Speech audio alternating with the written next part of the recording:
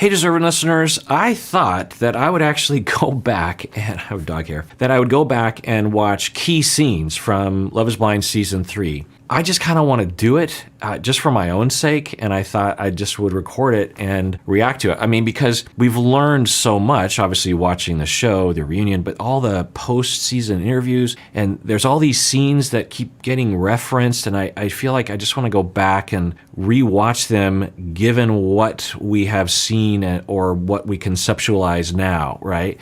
It'll feel better for me to be able to do that. So let's watch. Boyfriend season is over. Cuffing season is around the corner. Like, let's go. I'm here for a husband.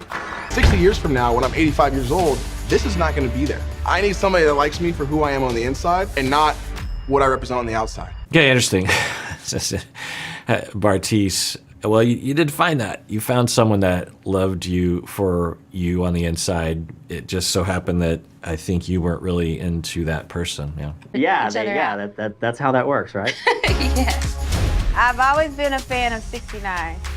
I can tell you my least favorite too, being on top. Why? It's just a lot of words. Oh my God, you gotta put in some word. I've been in certain relationships where they'll get out of bed and I'll roll over and just smell the pillow. It's interesting to see the people who didn't make it to the end. I think, according to what Cole was saying, was that the first day they have just 7-minute or very short dates with all of the other people. So I think that's what we're witnessing right now. And of course, when we first see this, we don't know who is going to be focused on. So we just think all these people are potential stars of the season, but so far none of them are. Well, what do you do? I'm in nursing, so I'm a critical care nurse. Oh no, you're a nurse. Yeah, what do you mean no? No, nurses are off the table for me. I don't do nurses. I don't do nurses. Yeah, there's that scene. It's how I remember it being. No one ever asked him that question, to my memory, at the post-season interviews. It's not a huge deal, but it is kind of a weird thing to say. Maybe there's a justification there, like, oh, I dated a nurse. Maybe his first wife was a nurse. So maybe there's a reason for that. The way it came across is that he's arrogant and pompous or something. I do tend to enjoy some of the finer things in life, whether that be luxury travel, nice clothing, food, alcohol, what have you. I've climbed 70-story skyscrapers and climbed 71 stories of a crane ladder and sat there and watched the sunset above the New York skyline.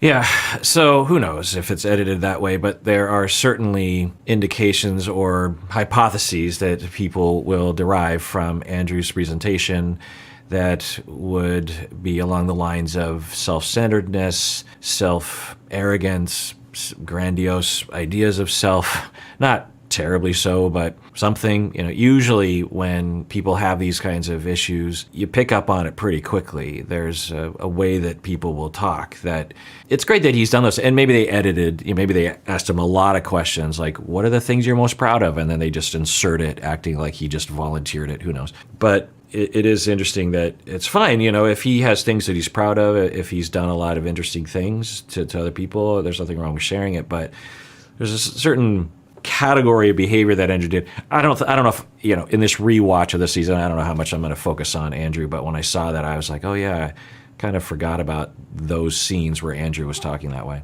And the reason, if we're going to talk about the psychology of this, I don't know about Andrew, but generally speaking, when people have grandiose ideas of the self, and meaning that they see themselves as better than others or more interesting or something, it can, but not always, point to a need to be that way. The individual, very early in life, sometimes as early as 18 months, developed an attachment style in reaction to the way they're being treated, usually neglectful, in which they defended against the way they're being treated. The way they're being treated is such that they're starting to conclude that they don't matter, that they're not interesting, that they're not important, that they're not lovable. And they find that they can invent a fantasy in which they are important, they are lovable, they are interacting with others, other people are paying attention to them, and they are important. And this fantasy, children will have fantasies, they'll pretend and they'll have daydreams, and they can be quite active and creative and significant, and it's sometimes believed by the child because they haven't developed the ability to differentiate between their own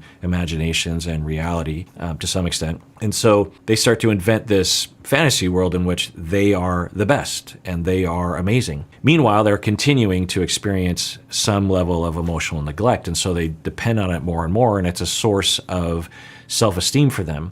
But they know that it's empty because really what they want is other people to love them, other people to praise them, other people to appreciate them. They're attachment figures. And so this is a bad substitute, but at least it's a substitute. It's better than just sitting there stewing in one's inadequacy and feeling like you don't matter. And then over time, you start to realize that you can distract yourself even more from those notions of inadequacy if you signal to others that you are better than them, so that other people will see you, or at least you perceive that other people will see you as superior. And then you can say, okay, not only do I think I'm superior, but other people think I'm superior. So that's additional distraction from my true self, which is that I'm like the most inferior person on the planet. Then you start to learn as a child that if you do things that are actually impressive to people, you don't really have to trick people to think you're superior. People will just think you're superior. So you might organize your life and orient your behavior towards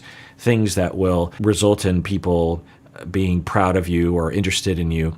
You might learn, okay, I've learned that people, like a common development of this is you have a 22-year-old and they're at a dinner party or something, and there's a person that's very interesting that's not them. And everyone's like, oh, that's so interesting that you climbed that mountain, or you climbed that building, or you have that much money, or you dress that way, or you, whatever is impressive to people on the surface. And then the person with this syndrome will see that and envy it deeply, because not only do they want to be superior to everyone, but they hate having other people being superior to them, because right now everyone's praising that person is superior to them. And for these individuals, they now have to face the possibility that they're not superior, which is a deep, dark abyss of feeling like they are not only inferior, but basically non-existent. They just don't even exist in other people's minds, which is very scary to them. Now, ironically, which is true for a lot of defenses, is that when they engage in this defense, they actually push people away and become abandonable, and thus it recreates what they were going through when they were growing up inadvertently. So the individual is seeing someone being praised, and they're like, okay, well, I gotta be obsessed with making sure that I have a very similar story. So I'm gonna make sure that I'm doing this thing, I'm doing that thing, and people like it. People like people that travel a lot. Okay, people like people who dress a certain way. People like people who like refined things and have expensive items and stuff. Okay, I'm gonna do all those things. I'm constantly running on that treadmill trying to distract myself from the falsehood, actually, that I am a horrible human being. They're not horrible human beings, is the thing. They're good, normal human beings, but they believe that they're worthless, and so they're constantly doing this thing. I don't know about Andrew, of course, but we use this as a jumping off point. You can think about that for yourself. Some of you might actually suffer from this syndrome. And there's a spectrum, right? There are people that are very high on that spectrum, and there are people that are just mildly on that spectrum. This episode is sponsored by Betterhelp. Let's talk about empowerment. When we feel empowered, we recognize our strengths. When we feel empowered and we experience adversity, we're more likely to see it as a welcome challenge rather than an overwhelming obstacle. And since we're social creatures, we often need help from others to feel empowered at times. We might need others to give us perspective. We might need others to recognize how we might be able to overcome the obstacle. And sometimes the people around us, they're really not that much help. I've been there before. When I went to therapy for the first time when I was 19 years old, it was primarily because none of my friends were very helpful in this area. Sometimes it's really great to talk with a therapist when you want to feel more empowered. Well, that's where Betterhelp comes in. Betterhelp is convenient and flexible and affordable. If you want to live a more empowered life, therapy can get you there. Visit betterhelp.com/Kirk today to get 10% off your first month. That's BetterHelp, HELP.com/Kirk. I have traveled the world. I went to South Africa. I volunteered at wildlife conservation. That's where I discovered wildlife photography. I have been face to face with leopards and lions that are tearing apart their meal. Yeah, I think the show is purposely trying to paint a certain picture of him. And so there's that. Yeah, it's possible that he's just legit into these things, regardless of the impressiveness of it. And who knows about this situation? Because I don't think we have enough data. I know we don't have enough data to even evaluate this question. Is if someone in your life seems to be this way, is to ask yourself, when do they brag? Because that will tell you something about them. If they just happen to be telling you interesting things about their lives, that's one thing. But if the bragging arises under certain circumstances, then it points to the need that they're trying to meet. Some people will brag or tell interesting stories because because everyone's nervous and they don't know what to say, so they just start saying things, That's a different motivation than, say, if someone is being, like if you actually, this would be one example of pointing in this direction, is say you report something to the person who has this grandiose sense of self that you are proud of something that you've done. You're like, hey, I got a raise at work or something like that. And they very quickly follow that up with bragging themselves, right? Because when you say something that elevates you, by their comparison, they now believe they're slipping from the top notch. And because they're black and white thinkers, they're automatically falling to the very bottom instead of just like building both people up, right? It's just like if you're above them because you just said something good is happening in your life or you achieved something, by definition for them, they're just like, oh no. And so then they have to make sure that they follow it up. That is one example. There's plenty more. And of course, that's not a diagnosable behavior, but if you're just looking for the differences between that. And I don't think we get that with Andrew. I'm sitting on the floor. I'm doing really good. Oh my gosh, I'm so excited to talk to you. Whew. Gosh. What's wrong? Nothing's wrong. Oh, this is interesting. This is not how I remembered it. And I'm guessing I messed this up, and maybe some of y'all knew that I was messing up, that Brennan, at least on the show, who knows what really happened in the real timeline, but on the show, Brennan is the first to reject Colleen. I think this is that scene. I thought it was Cole who rejected her, and then it was Brennan, and then she ended up with Matt, right? But at least in the way the show, and some of the people post-season interviews, they're like, understand that the timeline is very messed up. And I could actually imagine that would be the case here, because if I remember right, at the end of the first episode, Brennan and Alexa become engaged because the pacing of the show is such that they want to move things pretty quickly, but they don't want people to have to wait until episode 3 to see a bunch of proposals. They want to show right up front, and because I think the show wisely understands that some people are only going to watch the very first episode if there isn't something interesting and dramatic that happens. And I think a proposal obviously is a very dramatic thing, so I think they might be accelerating that story for Brennan. But yeah, let's watch, because the whole thing about Colleen, how she felt in reality. So what Colleen said in an interview was that with Brennan, she said he was just a friend, and when he rejected her, well, first off, she said that Brennan was on her list. She, in the post-interview, said that Matt was number 1, a mystery man was number 2, and Cole and Brennan were 3 and 4. And, because it certainly didn't look that way when we were watching the show, but who knows? So not only did she say Brennan was on the list, but then she also said a contradictory thing, at least in my mind, that Brennan was just a friend and had always been a friend, and that when Brennan said he didn't want to be with her, the only reason why she cried was because she was drunk, is what she said. No one can refute her because no one has data otherwise, but it does sound kind of interesting, right? What do you think about that? Let's keep that in mind and let's watch this scene.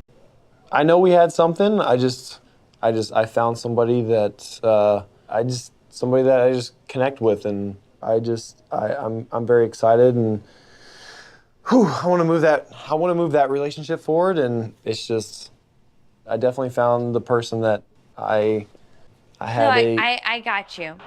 Yeah, I remember thinking that it was commendable that Brennan was giving her a chance and saying something. We've learned from other people, I think Cole said that some of the people wouldn't verbalize that they were ending it with someone. They would just propose and then expect the people that thought that they might have a thing would hear about it. So Brennan could have just proposed to Alexa and then hoped that Alexa would tell everyone, and then Colleen would go, oh, well, I guess Brennan's off the list. Instead, Brennan specifically, I think, has this date with her in the pods to tell her, which, I think is ethical. I think it reflects, none of us are going to be on the show in all likelihood, but in real life, often people will just ghost people, right? And I don't think that that's very fair or considerate of other people's feelings. Depending, I mean, sometimes when you meet someone on Tinder, you go on a date for, half an hour and you're both not feeling it and you both know it, and you both ghost each other, right? Sometimes that is better than actually communicating about it, because you're just like, oh, let's just not talk. But if it's unclear, or especially if someone's reaching out to you, it'll be, hey, did you want to meet up? And you just ghost someone, that's inconsiderate. You could, at the very least, you could, if it was just 2 or 3 dates, you could text them and say like, hey, I'm sorry, da-da-da.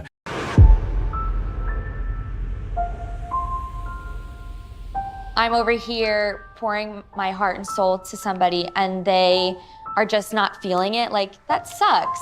In the real world, I think guys are attracted to me because they find a ballet dancer is super interesting. Okay, so I'm trying to match up with what she said with what we're seeing here. And of course, they're interspersing it with all these interviews that are happening at different times. But could she have Brennan very low on her list, far below Matt, at this point, and it is like, oh, okay, well, and some people cry very easily. I'm that way now in my life, and so and I've met people who will tell me that they cry all the time, and if everyone gauged their emotions based on their tears, they would get a false impression, because on the scale of sadness or surprise, they might be like a 2 out of 10, but crying, usually for people, they'll interpret it as you're at least a 5 out of 10, if not a 10 out of 10. And so people say, I know I'm crying right now, but don't worry about it. Like, I'm not, it might feel like I'm lying right now. So, maybe she's one of those people. I don't know. What do you think? I would say they are attracted to my looks rather than my personality. And so, unfortunately, after a few dates, they're like, oh, she's a pretty face, or, oh, it's fun talking to a ballet dancer, but then they're like, okay, I'm gonna go somewhere else. Rejection is not fun.